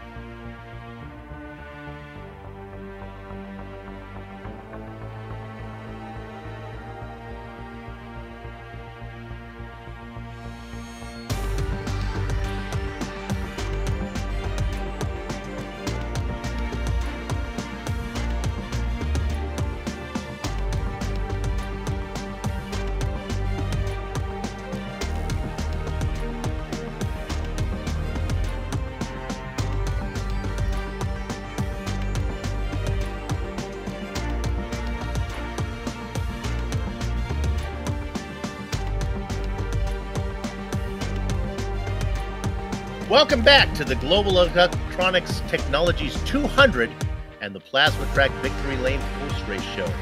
If you're struggling to find something for the person who has everything, do I have the website for you, plasma-tracks.com. Not only do they produce original racetrack wall art, motorsports trophies, home decor, motorsports fabrications are also available. Words cannot do justice to the uniqueness of their wares. The only way to fully appreciate their artwork is to see it for yourself. But I'm warning you right now, one visit, and the next thing you know, you'll be trying to convince your spouse why you need a Plasma Tracks wall art in your home. See it all at plasma-tracks.com. Use the promo code LRS2018 to get 25% off your order. Oh my gosh. And now let's bring you not 25%, 100% of the HPP finishing order for the Global Electronic Technology 200. It was Jason Galvin, able to come in, get fuel, fresh tires, work his way up from 6th position on the final stint. He gets the win, his second on the season. Chris Stouffer, same strategy. He comes home in second. Joe Branch in third. Then we get to the guys who stayed out. Brandon Limpkeman comes home in fourth. He's got to be happy with that, as he could have been so much worse. George Anzaldo goes 11th to 5th. Rounding out your top 10, Michael Goodman, Chris Lanini, Stefan Larkamp, 21st to 8th, Brian Beard, Joe Cannigan-Flanagan in 10th. Richie? Yeah, Pierre Daigle comes in 11th spot from 17th starting. Tyler Graff finishes in 12th. Our own Samuel Ryman comes in at 13th. Poor old Brian Yazik running up front most of the day. Had a little rough luck there, finishing in 14th spot. Racing Kangaroo Gray in 15th. Bart Workman in 16th.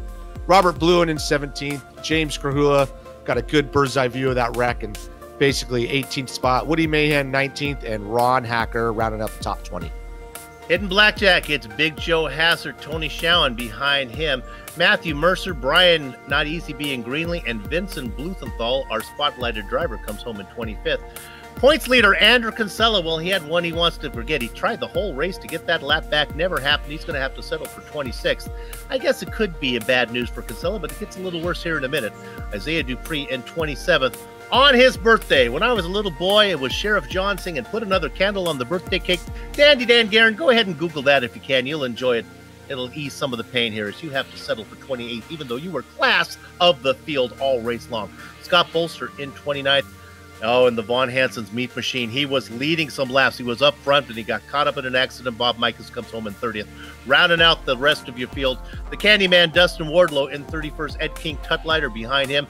Ian Adams was having a good run. Unfortunately, he's going to have to settle for 33rd. David Cordy, Dylan McKenna, and Ken Hacker are your 36 cars. Okay, let's go ahead and get to the interviews. We're going to let Richie talk to our race winner, and that'll be Jason Galvin. Go ahead, Richie.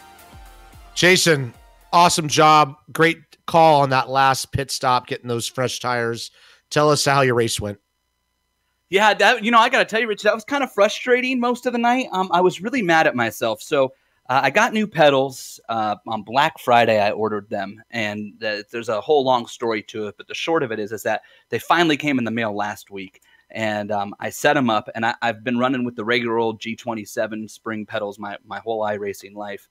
And I got these Fanatec V3s, and so I was getting used to the, having the damper and the hydraulics and stuff. And I didn't think I was going to race with them. And then I ran practice earlier because on Monday night in a race you ran, in a practice race, I ran my old pedals, and I thought I was the best car. I felt really good. I love this track. It was my first win. I really felt like I was at least going to be top 5 all night. And I ran practice today, and the pedals felt really good. And so I was like, well, I'm going to run them.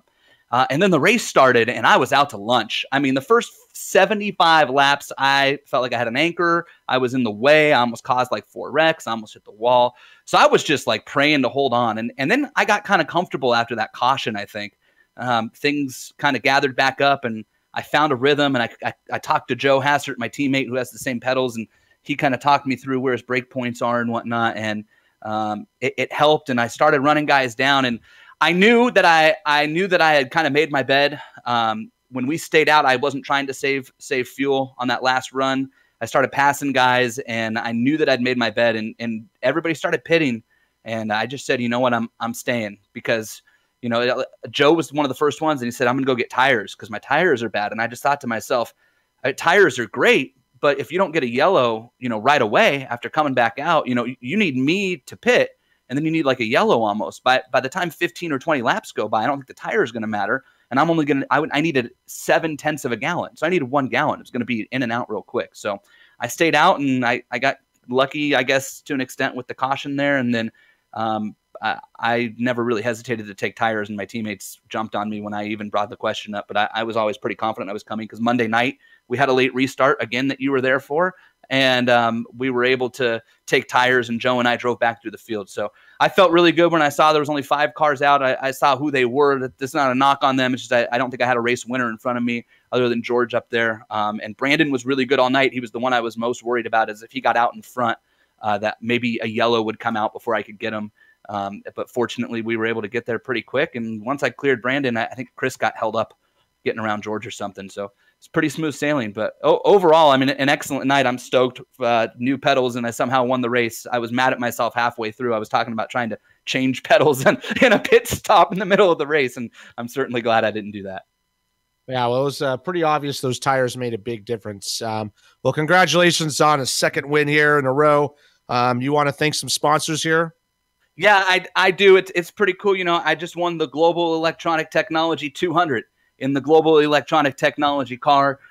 It's a company that my family is heavily associated with and that I've started working for. If anybody out there needs credit card processing, if you own a business, give me a call, send me a message on Facebook or something. I'm telling you, you won't regret it. Everybody that I've switched has saved and gotten better customer service, and it's not particularly close. So gettrx.com for the website there. And of course, Thumbs Up Cancer Down, I always plug them, because if you're looking for a charity to support, they're growing in California and they're doing great things to help support the people who are battling cancer. I'm a big fan of all the cancer charities out there that are trying to raise money to find a cure, and we need one.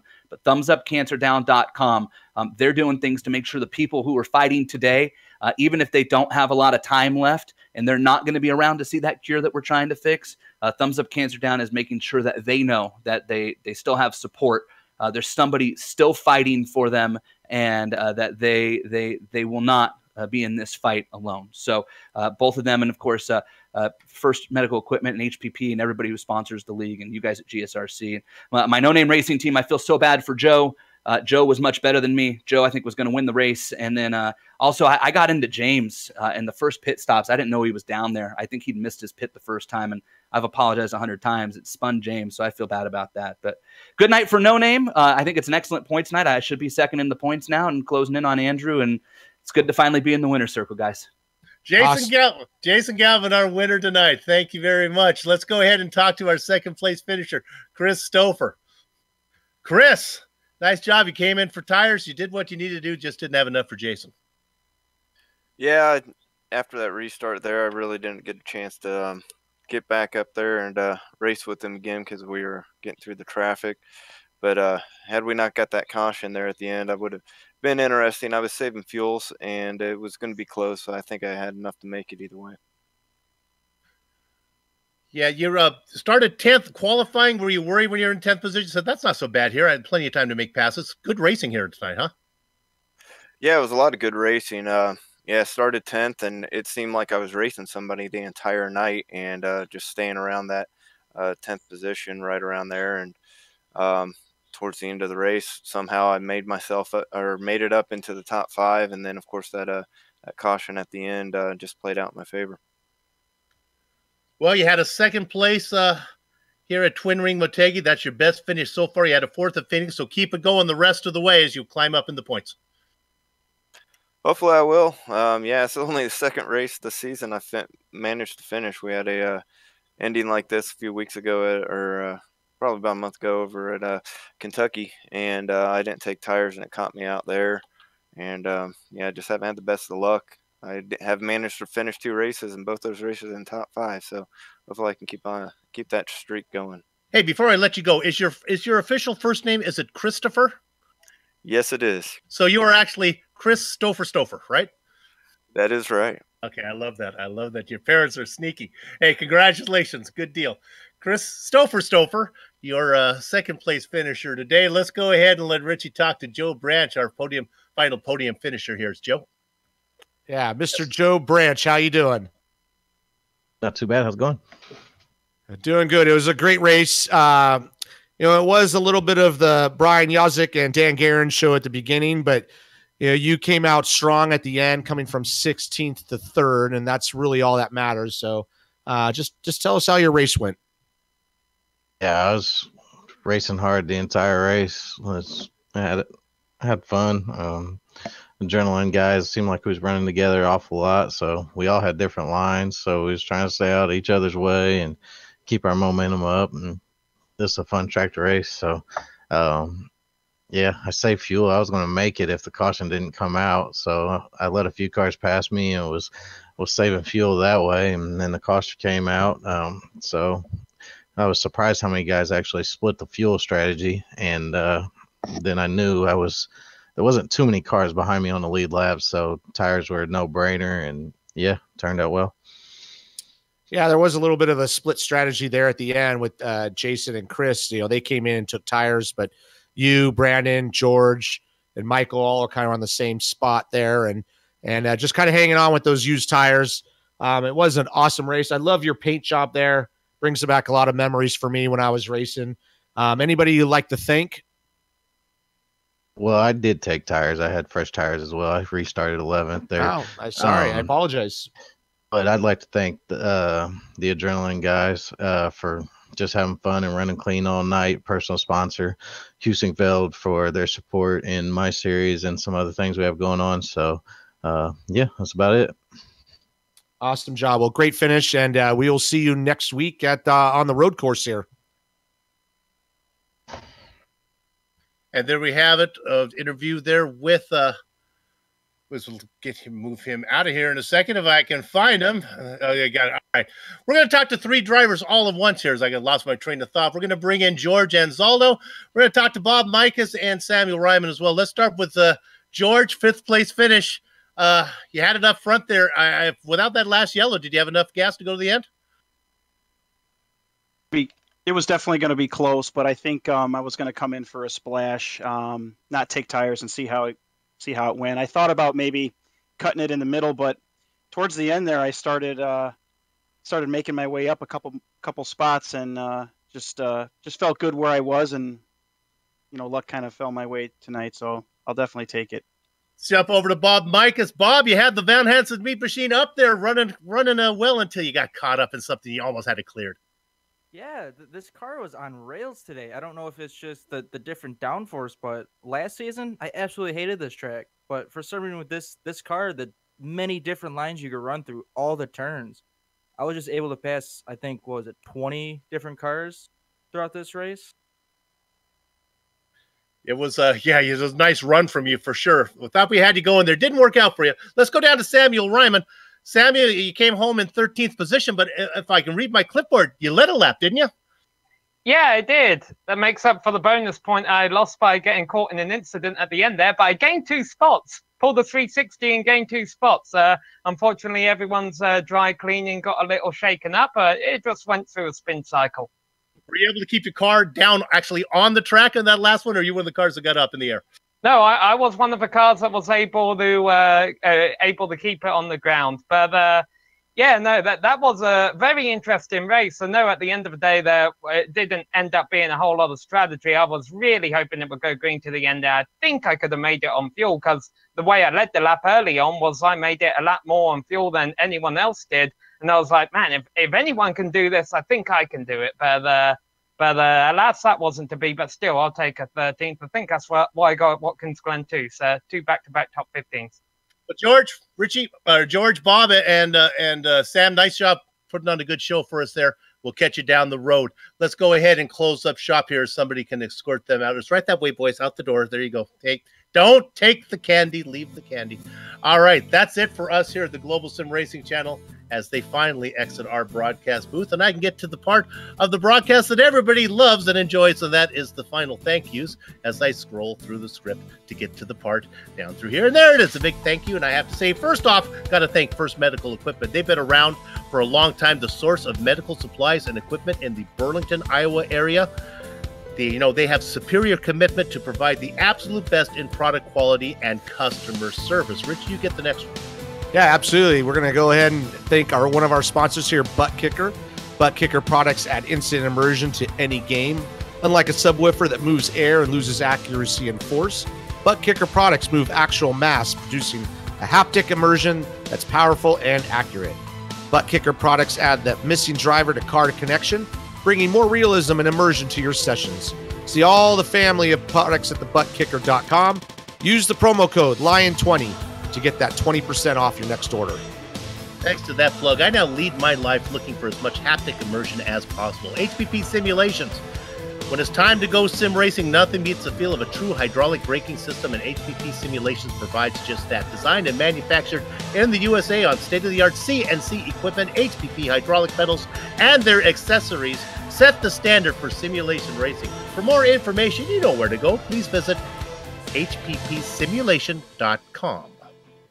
To contact any of these sponsors you see on your screen right now, go to LionheartRacingSeries.com. Click on 2018 sponsors, read or scroll to the bottom where you can click on all the company logos. Look at all those sponsors. On screen right now are just some of the company's equipment and software that made this broadcast possible. And how about that iconic original music that lets your ears alert your eyes you're watching a GSRC production? That comes courtesy of Eric Ekholm and Casey Lalonde. See the screen to how to contact each of them. Of course, the Lionheart IndyCar Series returns in 2 weeks, May 23rd for round 7, right here at the Twin Wing Motegi. We're just going to hang out in Tokyo for a little bit here, but this time on the road course. GSRC will be there to bring you all the action. We hope you join us. Sliding across your screen now are some of the upcoming broadcasts, so check those out and mark them down on your calendar. If you'd like more information about GSRC, including a complete list of future broadcasts, you can find it all here at www.globalsimracingchannel.com. We're also on Twitter at GSR Channel and Facebook at /Global Sim Racing Channel. And while you're here, if you haven't done it yet, subscribe by simply hitting the button on this YouTube channel. 2 sentences left, and this broadcast is over. Finally, on behalf of the man whose voice you just heard, the one and only Richie Hearn, Amjad Yaman, our director, our camera artist, Dougie Beard, I'd like to thank all of you for watching Last Sentence. With that said, we're off to have fun storming the castle. So until next time, race clean, race hard. We'll see you on the track.